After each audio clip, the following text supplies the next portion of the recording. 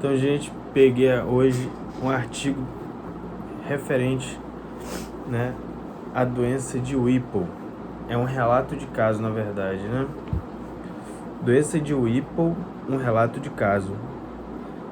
Autores, né? Felipe Bertolo Ferreira, Gabriela Azevedo, Maria Antônia Lopes, Marina Bochá, Carla Campos, Matheus Avares, Luciene Lage, Felipe Welling, Ana Paula Hammer. Resumo: masculino, 46 anos, com artralgia, dor abdominal, perda de peso, diarreia e inapetência. Realizada endoscopia digestiva alta que evidenciou bulbo duodenal apresentando pontilhado esbranquiçado difuso. Ao anátomo patológico do duodeno, evidenciado periodic acid SCIF positivos, firmando-se o diagnóstico de doença de Whipple. Diante dos achados, iniciou-se o tratamento com sulfametoxazol mais trimetopina, né, com melhora significativa dos sintomas. A doença de Whipple é uma patologia rara, como consequência, apresenta um difícil diagnóstico e o tratamento ideal da patologia ainda não é completamente elucidado. Assim, são necessários estudos clínicos com maior impacto científico para auxiliar no diagnóstico e definir a conduta preferencial diante do quadro. Palavras-chave: doença de Whipple, endoscopia, relatos de caso.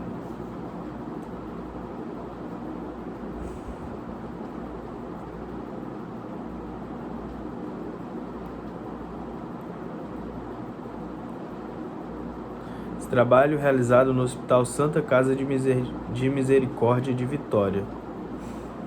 Pessoal do Departamento de Gastroenterologia, Departamento de Medicina, Residência de Clínica Médica, de Patologia. Vamos lá, introdução.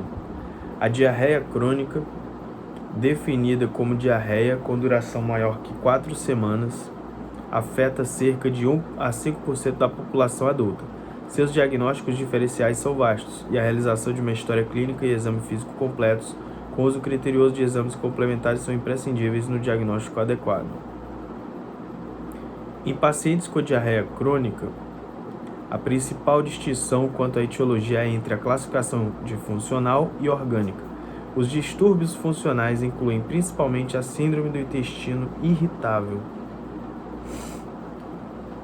Dentre as patologias orgânicas, a diarreia crônica é frequentemente associada à doença inflamatória intestinal, síndromes de má absorção e infecções bacterianas e parasitárias crônicas, como C. difficile, Aeromonas, Campylobacter, Giardia, e doença de Whipple. A doença de Whipple é uma condição rara e de difícil diagnóstico. É uma doença infecciosa causada pela bactéria Tropherium whippei, TW. Usualmente, a doença cursa com diarreia em cerca de 70% dos casos, associada à perda de peso, dor abdominal e artralgia. Reportamos um caso de doença de Whipple em um paciente atendido no Hospital Santa Casa de Misericórdia de Vitória, no Espírito Santo, Brasil. Relato de caso: homem, 46 anos, mecânico, sem comorbidades conhecidas e sem medicações de uso contínuo. Foi admitido no Hospital Santa Casa de Misericórdia de Vitória. Relatava que há 6 meses iniciou o quadro de artralgia em grandes articulações, dor em andar inferior do abdômen, perda de peso não intencional de 34 kg, diarreia diária de aspecto não invasivo, Bristol 7, sensação de febre não aferida e inapetência.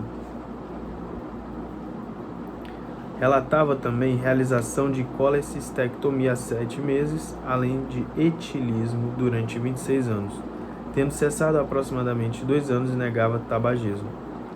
Ao exame físico admissional, apresentava-se hipocorado, uma cruz em 4, sem linfonodomegalias e com dor à palpação profunda no hemiabdômen direito.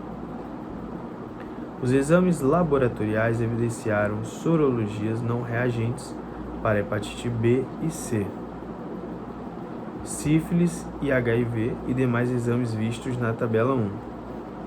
Exames laboratoriais. A admissão: hemoglobina de 10,7, né? Hematócrito de hemoglobina de 10,7 gramas por decilitro, né? Valor de referência em homens é de 13,5 a 18, mulheres de 12,5 a 16. Então tá baixo, né? Hematócrito, 34,8%. Os valores de referência é de 40 a 50. Tá baixo também. Leucócitos, 9.100. Valor de referência 4.000 a 10.000. Plaquetas, 406.000. Valor de referência 150.000 a 400.000. Velocidade de hemossedimentação, VHS, né? 51, homens até 10, mulheres até 15 milímetros. Proteína C reativa, 134,1 e a variação de referência, né, 0,6 a 3 miligramas por decilitro, ou seja, está bem alta. Calprotectina fecal, 739, tem que ser abaixo até 200, né? Ferro sérico, 17, varia de 60 a 150, ou seja, está baixo. Ferritina, 872,6, variação de 30 a 322, está alta a ferritina. Índice de saturação de transferrina, 9%, varia de 20 a 50, está baixo o índice de saturação. Capacidade total de ligação de ferro, 200, vai de 255 a 425. Tá. Além disso, apresentava endoscopia digestiva alta, EDA, realizada há 7 meses com evidência de gastrite endoscópica enantematosa moderada de corpo e antro. Procedida a investigação com solicitação de tomografia computadorizada de abdômen total e pelve, que evidenciou nodulações mal definidas e heterogeneidade da gordura mesentérica difusa, de aspecto inespecífico e linfonodomegalias de até 1,6 por 1,4 centímetros. A colonoscopia evidenciou ileite enantematosa leve inespecífica, com lesões pontilhadas brancacentas de aspecto microcístico, né? Pancolite enantematosa moderada com exudato de superfície e anatomopatológico evidenciando colite inespecífica inativa e retite inespecífica. Na ausência de diagnóstico conclusivo, optou-se pela investigação de intestino delgado por enterotomografia que sugeriu processo inflamatório incipiente, porém sem aspecto característico. Por fim, realizado nova EDA que evidenciou área sugestiva de metaplasia intestinal em antro. Bulbo duodenal apresentando pontilhado esbranquiçado difuso, aparente hipertrofia de vilosidades e aspecto de que poderia corresponder à doença infiltrativa, com padrão semelhante em segunda porção. Ao anátomo patológico de duodeno evidenciado doença de Whipple, com ausência de metaplasia gástrica, ausência de linfocitose intraepitelial, relação vilosidade cripta de 3:1, preservada, alargamento de vilos, córion com edema e congestão moderada e intenso aumento da celularidade às custas de células histiocitárias, contendo grânulos PAS positivos, ausência de hiperplasia linfóide e não foram observados granulomas ou parasitas. Diante do achado histopatológico na EDA e clínica compatível, firmou-se o diagnóstico de doença de Whipple, sendo iniciado o tratamento com sulfametoxazol, trimetopima, com melhora significativa dos sintomas após o início do tratamento. Novas EDA foram realizadas 2 e 5 meses após o início do tratamento, sendo visualizada tanto melhora clínica do paciente quanto melhora no padrão endoscópico. EDA no acompanhamento. Exame antes do tratamento mostrando pontilhado esbranquiçado difuso, alternando com áreas de mucosa eritematosa do duodeno.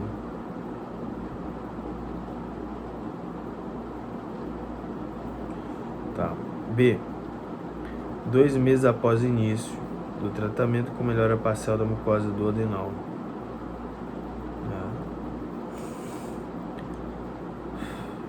EDA no acompanhamento A. Imagens antes do tratamento mostrando placas brancas irregulares e presença de velocidades duodenais visíveis. C e D. 2 meses após o tratamento com manutenção das alterações.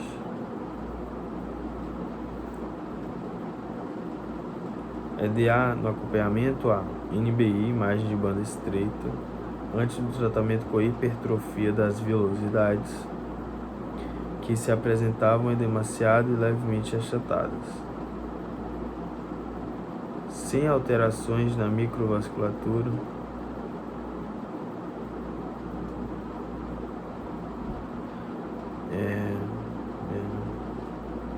NBI após 2 meses de tratamento com manutenção das anormalidades mais ou menos intensas. EDA no acompanhamento, exame de tratamento mostrando mucosa amarelada e desgrenhada alternando com áreas de mucosa eritematosa no duodeno. B. Exame 5 meses após o tratamento com importante melhora da mucosa duodenal. EDA no acompanhamento A. Imagem de banda estreita antes do tratamento com hipertrofia de velocidades que se apresentavam demasiado levemente achatadas, sem alterações na microvasculatura. B. NBI, que é a imagem de banda estreita, após 2 meses de tratamento, ele com anormalidades mais menos intensas. Achados histopatológicos no diagnóstico: coloração periódica, ácido SCIF, PAS, 20 vezes o aumento. Presença no córeo de macrófagos PAS positivos.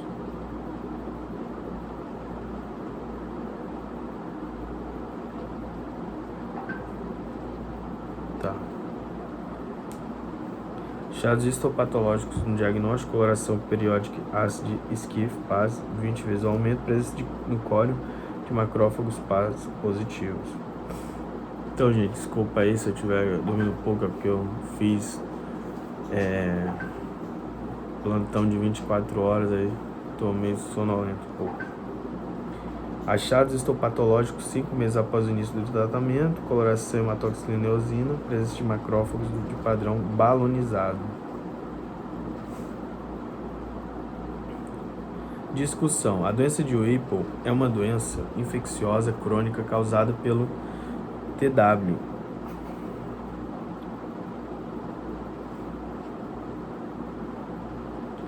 Só um instante.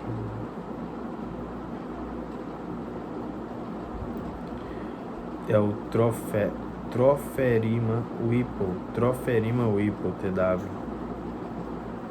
Troferima Whipple. A doença de Whipple é uma doença infecciosa crônica causada pelo Troferima Whipple, um bacilo gram-positivo de baixa virulência e alta infectividade. É uma patologia multissistêmica rara, tendo em média 30 casos notificados por ano desde 1980, que implica no difícil diagnóstico da doença. Acredita-se que a principal via de transmissão seja fecal-oral, associada a uma predisposição genética do hospedeiro, visto que nem todas as pessoas que têm contato com o bacilo manifestam a doença. Em alguns pacientes é possível observar a representação do HLA-B27, entretanto ainda pouco se sabe sobre seu exato papel na patogênese da doença, e espera-se que, com melhor conhecimento do sequenciamento genético do organismo, respostas sejam encontradas. A apresentação clínica da doença de Whipple clássica geralmente possui início insidioso e inclui sintomas como perda de peso, diarreia crônica, sintomas articulares, febre, dor abdominal e má absorção. Como observado no paciente relatado, que apresentava todos os sintomas clássicos da doença. A infecção do líquido cefalorraquidiano, LCR, pode acometer de 10 a 40% dos pacientes com sintomas clássicos, que podem evoluir com sintomas neurológicos ou psiquiátricos, mas também podem permanecer assintomáticos. Os achados laboratoriais associam-se à inflamação crônica e má absorção, sendo característico a presença de anemia, leucocitose, trombocitose, PCR elevada, além de hipoalbuminemia, deficiência de vitaminas e tempo de protrombina elevado. Nosso paciente apresentava anemia normocítica e normocrômica, elevação de PCR e hipoalbuminemia. O diagnóstico deve ser considerado em todos os pacientes que apresentam os sintomas cardinais da doença. Após a exclusão de diagnósticos diferenciais, para a confirmação do diagnóstico, o teste de escolha EDA com biópsias do intestino delgado com pelo menos 5 amostras de diferentes porções do duodeno serão submetidas à coloração periódica em ácido de Schiff, PAS e ou a realização do teste de PCR específico para o TW, apesar desse último não ser disponível em todos os locais. O paciente acima relatado realizou ADA com múltiplas biópsias de duodeno e posteriormente foram submetidas à coloração com PAS. Convém ressaltar que o PCR específico para TW não é um exame disponível em nossa localidade. Se confirmado o diagnóstico, recomenda-se a realização de punção lombar com análise de líquido cérebro-espinhal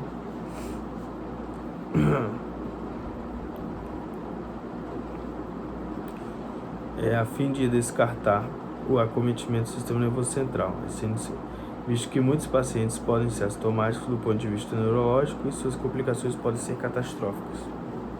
A macroscopia observa-se mucosa duodenal com aspecto amarelado, com placas esbranquiçadas, sinais de eritema, com edema e vasos linfáticos dilatados. Apesar de grande ajuda dos exames de imagem, a confirmação do diagnóstico é através de biópsias duodenais. Ao exame histopatológico são visualizados alargamento dos vasos linfáticos, desarranjo da arquitetura das velocidades e a presença de numerosos macrófagos contendo grânulos glicoproteicos, passos positivos na lâmina própria. O achado de vacúolos de aparência espumosa no citoplasma de macrófagos infiltrando a lâmina própria do intestino delgado e contendo grande quantidade de material passo positivo na detecção histológica é o método diagnóstico padrão. Em decorrência da raridade dos casos, o manejo ideal da DW desse UIPO ainda é incerto. Para pacientes com doença de UIPO crônico, o tratamento inclui uma fase inicial com a administração de antibiótico intravenoso por um período de 2 semanas, podendo ser utilizados ceftriaxone ou meropenem, agentes que penetram a barreira hematocefálica. Em seguida, é preconizada uma terapia de manutenção oral, com sulfametoxazol, trimetoprima, por pelo menos 12 meses. Em pacientes com manifestação em sistema nervoso central, o tempo de tratamento da fase inicial pode ser estendido por até 4 semanas, e o acréscimo de corticoterapia com prednisona é recomendado. No caso relatado, o tratamento preconizado foi iniciado com sulfametoxazol, trimetoprima, e observou-se melhora significativa dos sintomas clínicos e dos achados endoscópicos após 5 meses do início da terapia. Após o início do tratamento adequado, a resposta geral ocorre dentro de 7 a 21 dias. A melhora clínica é o principal critério para avaliar a resposta ao tratamento, e o acompanhamento desses pacientes deve ser realizado com EDA bimanual. Entretanto, já se sabe que, apesar de boa resposta clínica, a remissão histológica não é alcançada por muitos pacientes, podendo permanecer com passo positivo por anos, mas a intensidade e o número de bactérias extracelulares viáveis deve reduzir. A doença de UIPO. Conclusão: a doença de UIPO é uma patologia infecciosa rara e, em decorrência das diversas manifestações clínicas endoscópicas, possui um difícil diagnóstico. Na endoscopia, os pacientes podem manifestar diferentes formas de apresentação, incluindo a ausência de alterações macroscópicas, sendo de suma importância a realização de biópsias na presença de sintomas cardinais da doença de UIPO. Ademais, devido aos poucos estudos na literatura relacionados à doença de UIPO, o manejo inicial e o tratamento ideal da patologia ainda não são completamente elucidados. Assim, conclui-se que são necessários estudos clínicos com maior impacto científico para auxiliar no diagnóstico e definir a conduta preferencial diante da doença de Whipple. E é isso.